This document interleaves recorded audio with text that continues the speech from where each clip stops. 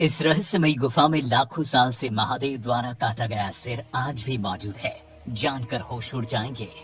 दोस्तों, क्या आप जानते हैं एक बार भगवान शिव ने गुस्से में आकर अपने ही पुत्र गणेश का सिर धड़ से अलग कर दिया था। हालांकि उसके बाद उन्होंने एक हाथी का सिर उनके धड़ पर लगाकर उन्हें पुनः जीवित कर दिया था। लेकिन सोचने वाली बात तो ये है कि उनके द्वारा काटा गया वो सिर कहाँ गया और आज कहाँ मौजूद है। लेकिन उसे जानने से पहले आपको बता दें, इस घटना की शुरुआत कुछ ऐसे हुई। प्रचलित कथा के अनुसार उनका सृजन माता पार्वती ने अपने हाथों से किया था।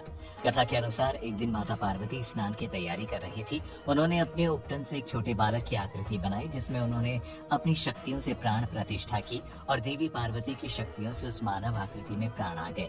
इस बच्चे का नाम उन्होंने गणेश रखा और उसे अपने स्नान तक द्वार की रखवाली के लिए कहा, ताकि कोई अंदर न आ सके। बालक गणेश उनकी बात मान गए और मां के आदेश के अनुसार रखवाली करने लगे। तभी वहां भगवान शिव आए और उन्होंने अंदर जाने का प्रयास किया। बाल गणेश ये नहीं जानते थे कि भगवान शिव कौन है, इसीलिए माता की आज्ञा का पालन करते हुए भगवान गणेश ने उन्हें रोकने का प्रयास किया। भगवान शिव ने कई बार गणेश को मनाने की कोशिश की, लेकिन वो टस से मस नहीं हुए। ये देख भगवान शिव को गुस्सा आ गया और उन्होंने गणेश को चेतावनी दी। इसके बाद भी जब गणेश नहीं माने तो भगवान शिव ने त्रिशूल से गणेश पर वार किया और उनका सर धड़ से अलग कर दिया। माना जाता है कि भगवान शिव के त्रिशूल का प्रहार इतना तेज था कि नन्हे गणेश का मानव सिर धड़ से अलग होकर कैलाश पर्वत से दूर पाताल लोक में जा गिरा। जब माता पार्वती स्नान कर बाहर आई तो उन्हें इस घटना के बारे में पता चला और वे अपने बेटे के इस तरह के मारे जाने से बहुत दुखी हुई। पार्वती का दुख देख भगवान शंकर ने सभी गणों को गणेश का सिर खोजकर लाने का आदेश दिया। हालांकि जब सभी खाली हाथ लौटे तो शिव ने उन्हें आदेश दिया कि उन्हें जो भी सबसे पहले दिखे वे उसका सिर लेकर आए। इसके बाद हाथी के बच्चे का सिर लाया गया और भगवान शिव ने उसे गणेश के धड़ के ऊपर लगा दिया।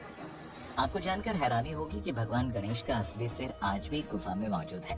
मान्यता है कि भगवान शिव ने गुस्से में आकर गणेश जी का जो मस्तक काटकर शरीर से अलग कर दिया था, उसे उन्होंने गुफा में रख दिया था। इस गुफा को पाताल भुवनेश्वर के नाम से जाना जाता है और यहाँ मौजूद गणेश जी की मूर्ति को आदि गणेश के नाम से जाना जाता है।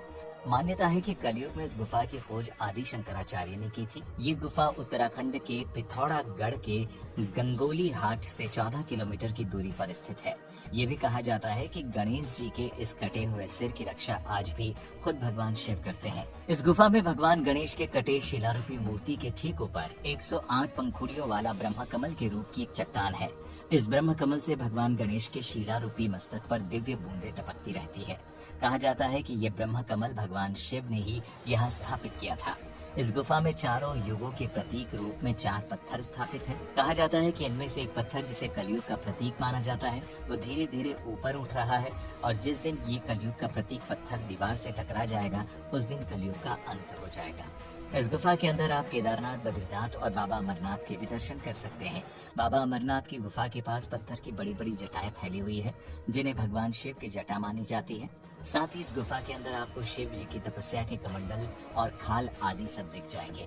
इसी गुफा में आपको काल भैरव की जीभ के भी दर्शन होंगे, जिसके बारे में मान्यता है कि अगर इंसान काल भैरव के मुंह से गर्भ में प्रवेश कर पूंछ तक पहुंच जाए तो उसे मोक्ष की प्राप्ति हो जाती है। लेकिन प्रश्न ये आता है कि गणेश जी के सिर के इस गुफा में होने की जानकारी कैसे मिली। आपको बता दें कि इसके पीछे एक रोचक कहानी है जो त्रेता युग से जुड़ी है। इस कथा के अनुसार सूर्यवंश के राजा ऋतुपर्णा एक बार राजा नल को छिपाने के लिए हिमालय की पहाड़ियों में कोई जगह खोज रहे थे। राजा नल को दरअसल अपनी पत्नी दमयंती से हार का सामना करना पड़ा था और वे बंधक बना लिए जाने के डर से भागे भागे फिर रहे थे।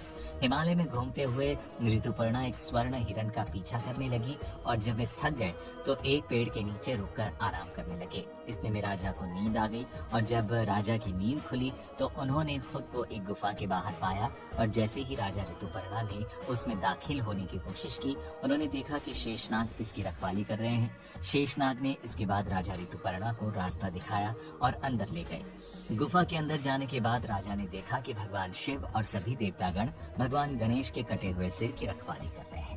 कहा जाता है कि त्रेता युग के बाद किसी ने भी इस गुफा में जाने की कोशिश नहीं की। कहा जाता है कि कलयुग में आदि शंकराचार्य ने इसकी खोज की और उसके बाद से इसे आम तीर्थ यात्रियों के लिए खोल दिया गया। हालांकि आज भी तीर्थ यात्रियों को गुफा में केवल कुछ दूर तक ही जाने की इजाजत है। ऐसा कहते हैं कि गुफा में आज भी भगवान गणेश का कटा सिर मौजूद है और इस गुफा में एक गुप्त रास्ता कैलाश पर्वत तक भी जाता है। साथ ही ये भी माना जाता है कि महाभारत में स्वर्ग जाने के रास्ते के दौरान पांडवों ने इस गुफा के सामने रुककर भगवान गणेश का भी आशीर्वाद लिया और शंकर भगवान के साथ चौपड़ भी खेला था।